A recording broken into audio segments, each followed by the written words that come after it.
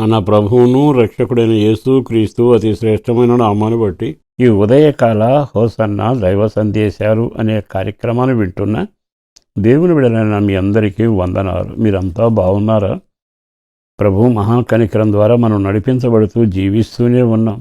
ప్రభు కనికరిస్తే ఆయన చిత్తానుసారంగా క్రొత్త సంవత్సరానికి సిద్ధపరచాలి. ఇంచుమించు అంతా క్రిస్మస్ సీజన్లోనూ ఆ వాక్యాల సంభరణలోనూ బహుగా ఆనందిస్తూనే ఉన్నారు. నేను ఒక మాట మీతో చెప్పాలి. మనం ప్రభుతో నడుస్తున్నాం కదా, ప్రభుతో జీవించాం కదా, ఆయన బిడ్డగా బ్రతుకుతున్నాం కదా. దేవుడు మనకిచ్చే ప్రతిఫలం ఏమిటి? వ్యవసాయం చేస్తాడు, పంట వస్తుంది. ఉద్యోగం చేస్తాడు, జీతం వస్తుంది. నీ వ్యక్తిగతంగా ప్రభుతో పవిత్రమైన సహవాసం చేస్తే, నేను మరలా చెబుతాను, ప్రభుతో పవిత్రమైన సహవాసం చేస్తే అంటే హానోకుతో దేవుడు నడిచినట్టు, దేవునితో హానోకు నడిచినట్టు, అబ్రహాం దేవునితో నడిచినట్టు నీవు నేను నడవగలిగితే సహవాసాన్ని కాపాడుకొని ఆయన సన్నిధిలో ఒక భక్తి కలిగిన వెలుగొందిన సాక్షార్థంగా నువ్వు జీవిస్తే ఆయన నిన్ను విడిచిపెట్టక దీవించడానికి ఇష్టపడతాడు. బాగా ఆలకించండి. ఆ సహవాసం వలన ఆయనతో నీవు నడిచే ఆ పవిత్రమైన అడుగుల సవ్వడి వలన ఏం జరుగుతుంది? యెషయా గ్రంథం 62వ అధ్యాయము చాలా తేటగా 3వ వాక్యంలో ఈ మాటలు రాయబడి ఉన్నవి. యెహోవా నియమించబో ఒక క్రొత్త పేరు నీకు పెట్టబడును. ఈ మాట చెప్పడానికి ఇష్టపడుతున్నాను. మనందరికీ పేర్లు ఉన్నాయి. ఇప్పటికే కొన్ని సంవత్సరాలుగా ఆ పేరుతో విలబడ్డంగా సంవత్సరం ముగింపులోకి వచ్చాం. ఈ డిసెంబర్ నెల ఆఖరి వారంలోకి వచ్చేటప్పటికి దేవుడు ఇంతగా మన మీద ప్రేమ చూపి ఆ సహవాసన తగ్గట్టుగా అంటాడు కదా, వీరికి ఒక క్రొత్త పేరు పెడతాను, అది కూడా నేను నియమించిన పేరు పెడతాను అంటాడు. మరి అందరికీ పేర్లు ఉన్నాయి, మనం కూడా పేర్లు పెడుతూనే ఉంటాం. కానీ దేవుడే ఒక పేరు పెడితే ఆ జీవితం ఎంత దీవెనకరంగా ఉంటుంది. ఆ పేరు పెడితే ఆ కీర్తి ఎంత దూరం ప్రకాశిస్తుంది. దేవుడే ఒకరికి పేరు పెడితే ఆ ప్రతిభ, ఆ గుర్తింపు, ఆ ప్రకాశమానం అనేకులు ఎదురు సాక్షార్థంగా ఉంటుందిగా. తన భక్తులకి పేర్లు పెట్టడం ఆయనకు అలవాటు. అబ్రామును చూశాడు.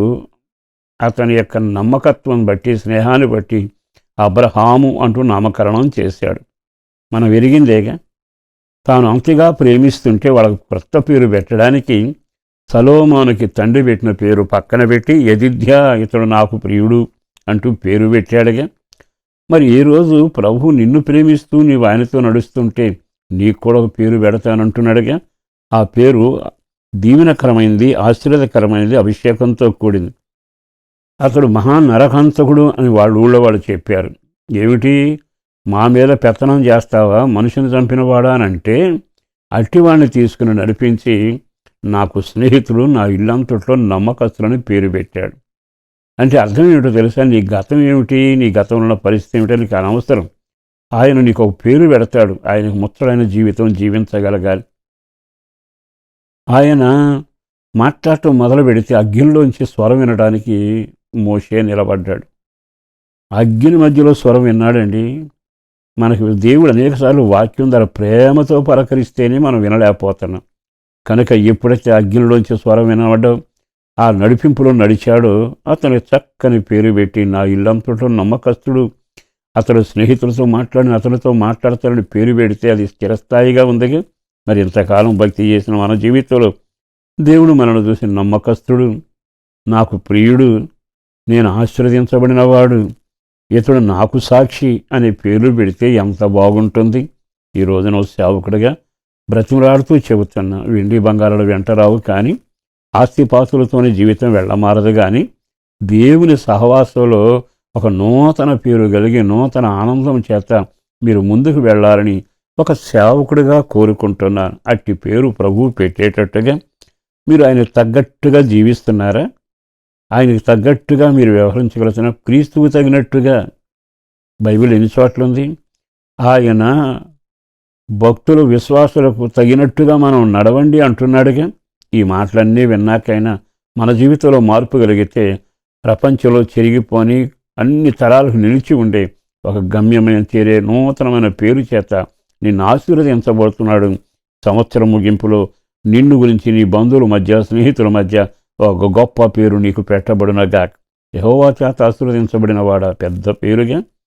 ఈ తరంలో ఇతడే నీతిమంతుడు, ఎంత గొప్ప పేరు. అట్టి కృప మీకు కలుగునగాక. పరిశుద్ధుడను ప్రేమోమడిన ప్రభు వందనాలయ. దీవెన, నెమ్మది, క్షేమం, అనుకూల కార్యం జరిగించి నీ రాకుడ కొరకు ఆయన ఘనమైన నీ నామానికి మహిమ కలుగునట్లు కృపను విస్తరింపచేయండి. పిల్లలను, పెద్దలను, చదువులు, ఉద్యోగ, వ్యవసాయ, వ్యాపారాలను దీవెనకరంగా చేయండి. ప్రార్థనలో పెంచండి, రాకుడ కొరకు సిద్ధపరచండి. కుటుంబంలో మొండి సమస్యలను పరిష్కరించండి. ప్రార్థన కోరుకునే వారికి మేలు చేయండి. జీవనోపాధి విషయంలో అద్భుతం జరిగించండి.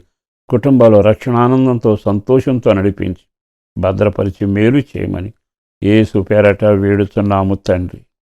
ఆమేన్.